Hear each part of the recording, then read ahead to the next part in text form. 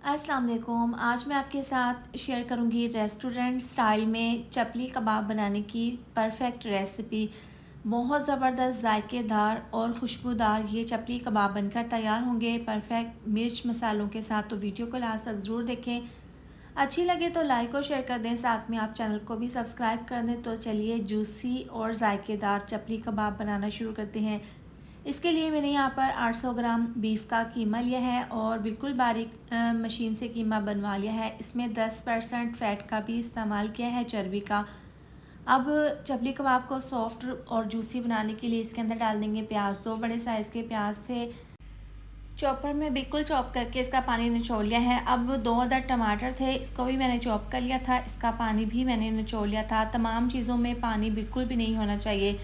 2 चम्मच डाल देंगे चॉप की हुई हरी मिर्चें, इसके साथ ही डाल देंगे 2 चम्मच लहसुन, लेकिन इसमें हम 1 चम्मच का ही इस्तेमाल करेंगे। लहसुन का पेस्ट 1 चम्मच डाल देंगे। इसके साथ ही मोटा दरदरा सा पिसा हुआ डाल देंगे धनिया 2 चम्मच, क्योंकि चपली कबाब में तमाम खड़ी चीज़ें ही अच्छी लगती हैं। अब इसके अंदर अनारदाना, इसको मैंने हल्का सा कूट लिया था, और 1 चम्मच कुटी हुई लाल मिर्च डाल देंगे। थोड़ी सी डाल देंगे अजवाइन, 1 चम्मच पिसी हुई लाल मिर्च, आधी चम्मच हल्दी पाउडर, गरम मसाला आधी चम्मच, 3 चम्मच डाल देंगे इसके अंदर बेसन, और 2 चम्मच जायके के हिसाब से नमक, 1 अदद अंडा डाल देंगे। अब अच्छे से तमाम चीज़ों को कीमे के साथ मिक्स कर लेंगे।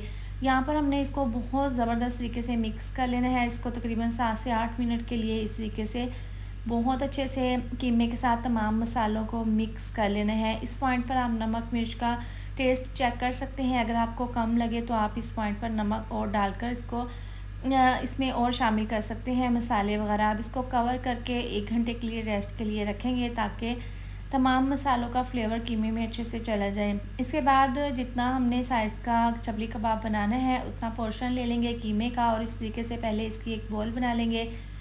फिर आसान तरीका चपली कबाब बनाने का ये है, इसको प्लेट के ऊपर रखकर इसको हल्का सा प्रेस करते हुए इसका एक चपली कबाब बना लेंगे इस तरीके से।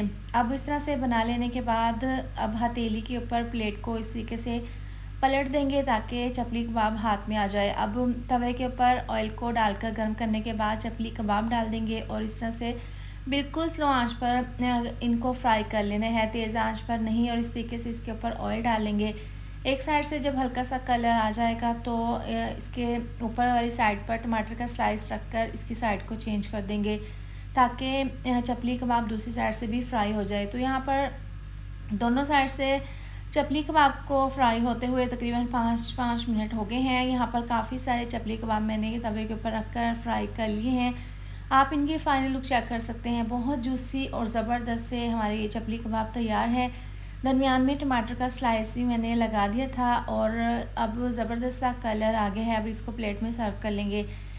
तो लीजिए गर्मा गर्म चपली कबाब तैयार है। इसको हम चटनी के साथ सर्व कर लेंगे, इमली की चटनी और साथ में केचप के साथ। बहुत खुशबूदार और जायकेदार ये जूसी चपली कबाब बनकर तैयार हुए हैं। बाज़ार से कई गुना बेहतर हमने घर पर बनाकर इसको तैयार कर लिया है। तो आप भी इस मज़ेदार सी चपली कबाब की रेसिपी को ज़रूर ट्राई करें। इसके साथ ही वीडियो अच्छी लगी हो तो लाइक और शेयर कर दें, साथ में आप चैनल को भी सब्सक्राइब कर दें। मिलते हैं नेक्स्ट वीडियो में। अपना बहुत सारा ख्याल रखें। अल्लाह हाफिज़।